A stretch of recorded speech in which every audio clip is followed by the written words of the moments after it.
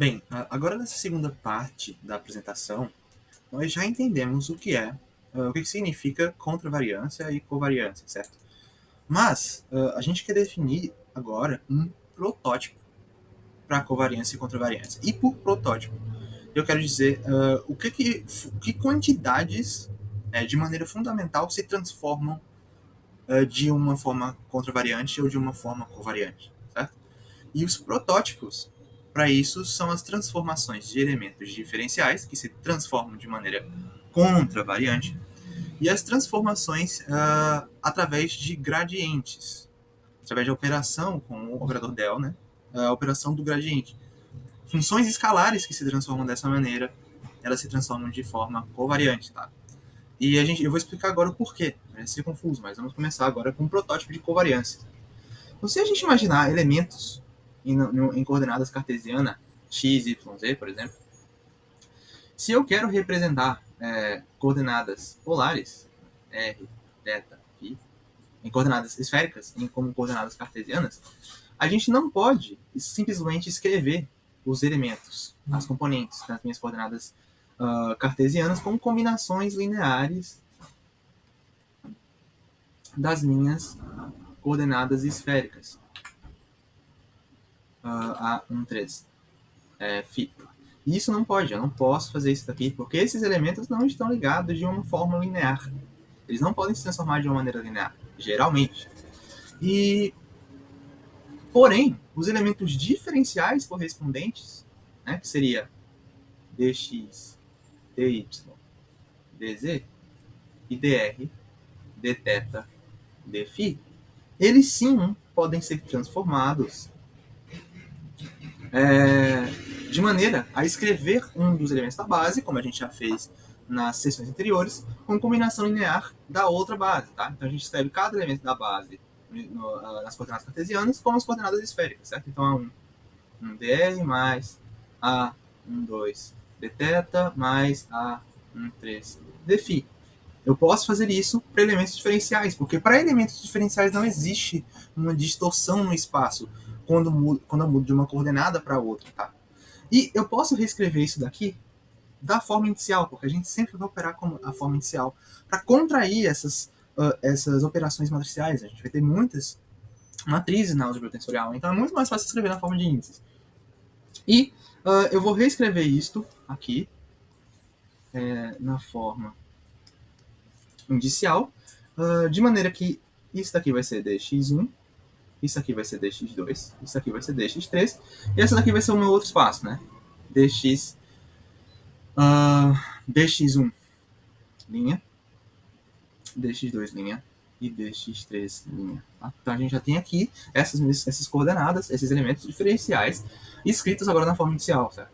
E a gente pode, agora, por exemplo, fazer uma conversão de coordenadas cartesianas para coordenadas polares. Como é que a gente fazeria isso? A gente escreve as coordenadas polares como combinações lineares das minhas coordenadas cartesianas. Então, vamos fazer uma mudança para frente, né? Do espaço dx, dy, dz para agora coordenadas polares. Para o meu novo sistema de bases, né? dx1 linha, dx2 linha, dx3 linha. E a gente pode escrever isso utilizando a geometria diferencial, certo? Então, vamos ver como vai ficar. dx1 linha, para descrever como essa função aqui, esse sistema de coordenadas aqui varia com relação à transformação, a gente vai descrever essa derivada parcial, né, del x1', dessa primeira direção, como ela varia com relação à minha direção transformada, né, a primeira componente dela. E na direção da minha componente original. Então, esses aqui você pode imaginar que são os vetores da base. E esse aqui representa os vetores da base, esses elementos diferenciais. Então, a gente está vendo aqui como o elemento diferencial varia no meu novo sistema de base com relação no meu sistema de base polar com relação ao meu sistema de base aqui do espaço euclidiano, o cartesiano, na direção de dx1, certo? E eu vou fazer isso para as outras direções. dx2 linha, del x2, dx2, mais del x... Opa! A gente está vendo sempre o primeiro. Esse daqui é um 1, tá? Porque a gente está vendo sempre a variação da minha primeira coordenada com relação a todas as outras, tá? Então, 1 linha, del x3, del dx3. E eu posso escrever isso para as outras coordenadas, tá? Vamos escrever aqui para dx2', da mesma maneira, dx2', del x1, isso, dx1, mais del x2', del x2, dx2, mais del x2', del x3, dx3. De maneira que a gente vai poder escrever isso depois, né? Não vou reescrever o último, mas a gente vai poder escrever isso na forma matricial. Tá? E como é que isso vai ficar na forma matricial? A gente vai ficar com as novas coordenadas, que são as coordenadas polares, linha. Isso vai ser igual a um produto matricial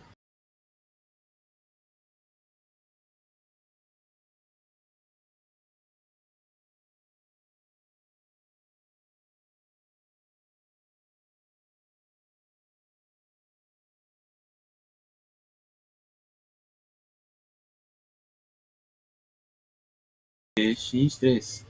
De maneira que a gente podia escrever isso aqui na forma de somatório, certo? Em que a gente vai considerar esse índice aqui, ó, DI, tá? Linha, que se transforma desta maneira aqui, ó. D del x linha, del x, isso aqui vai ser fixo, vai ser o meu índice livre, né? Linha com relação ao se escrever o somatório, vai, j igual a 1 até 3, del xj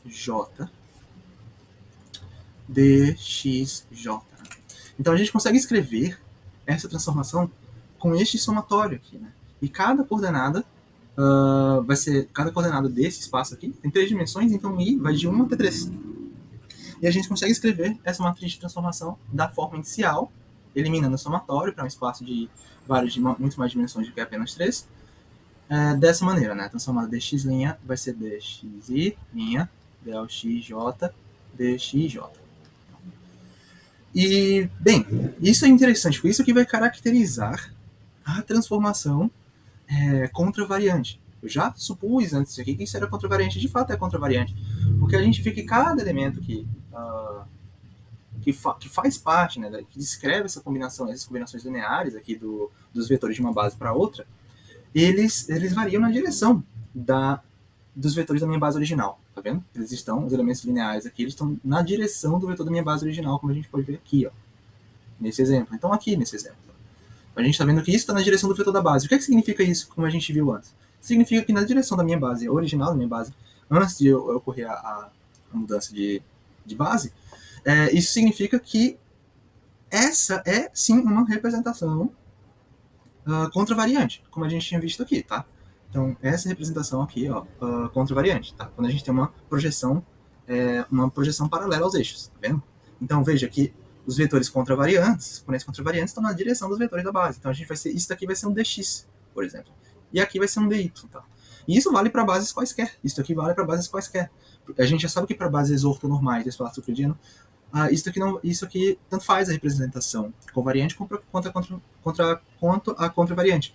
Mas aqui, dessa maneira, isso aqui é um protótipo. Isso aqui é uma forma fundamental que descreve como vetores ou como elementos quaisquer se transformam de maneira contravariante. E essa matriz aqui é chamada de jacobiana,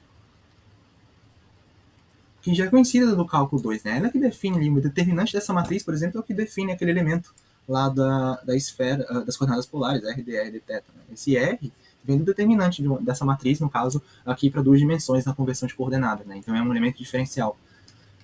Então, isso é o que isso é um protótipo, é uma forma fundamental de caracterizar uma transformada contravariante.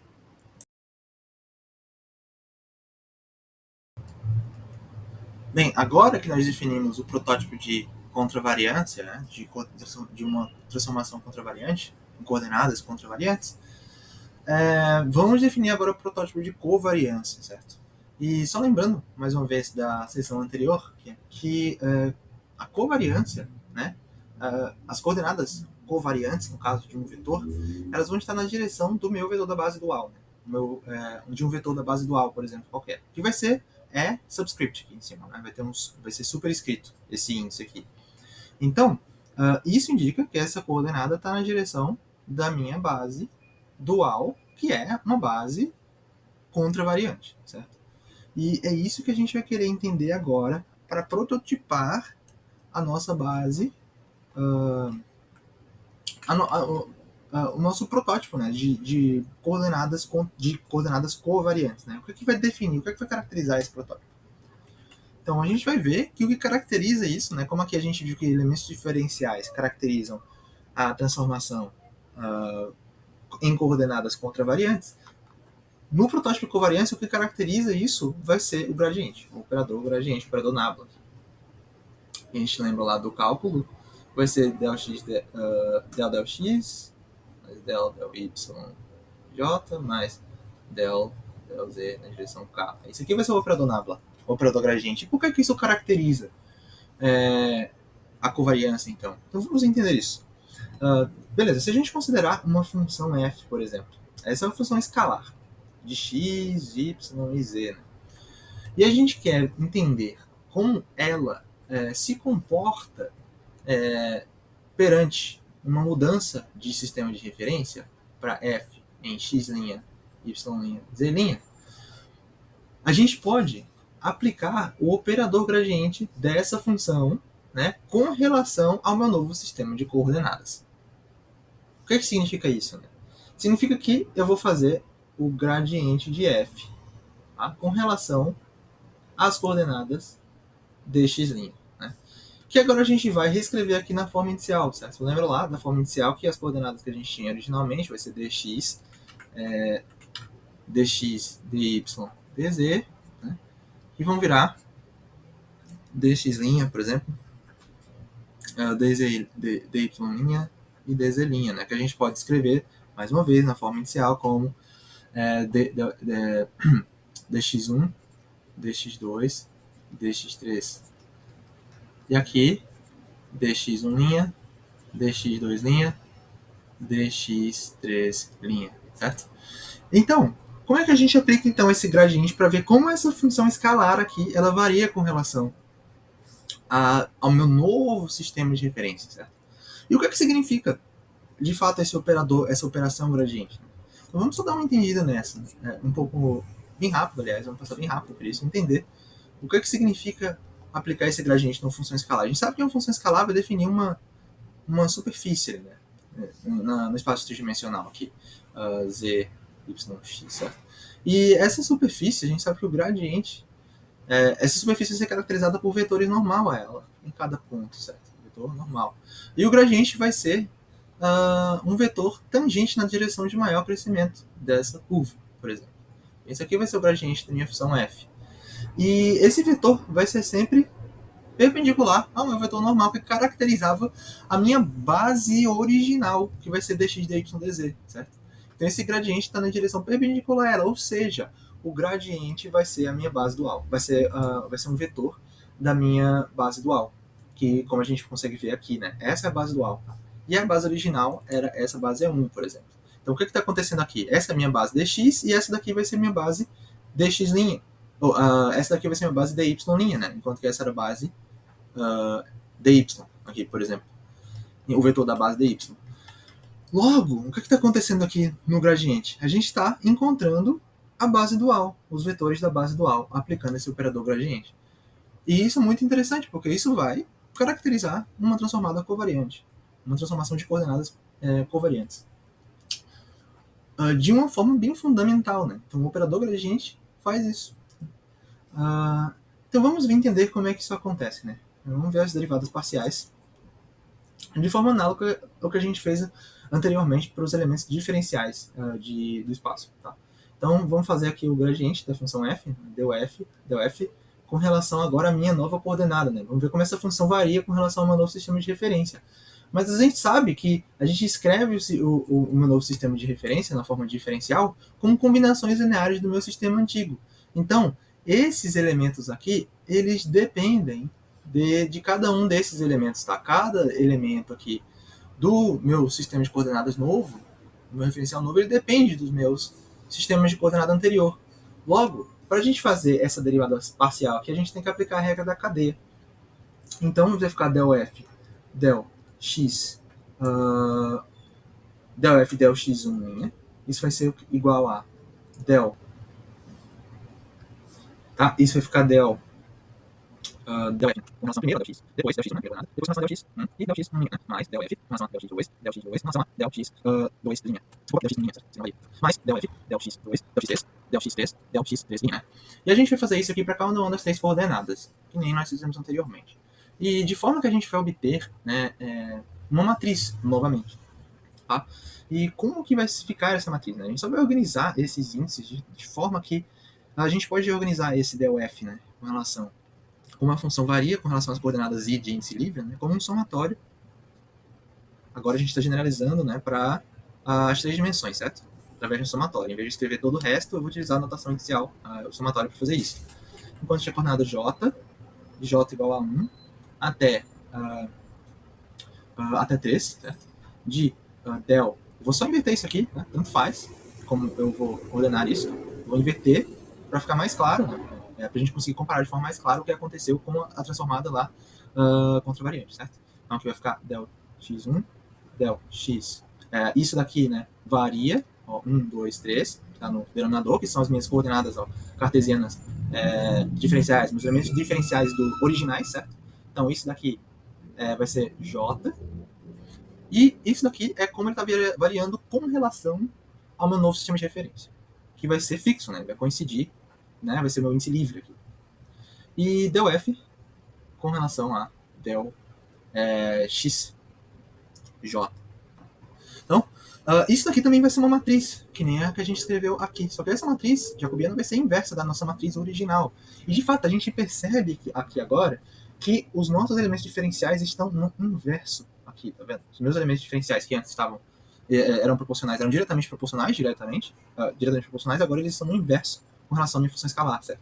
E o que significa isso? Significa que isso caracteriza agora uma nova base, né? Minha nova base, essa nova base aqui, x', as bases x', dx', ela vai ser uma base contravariante. Enquanto que as coordenadas de um vetor, de um elemento representado nessa base, vão ser covariantes, certo? Então a gente pode reescrever isso na notação inicial. Tá?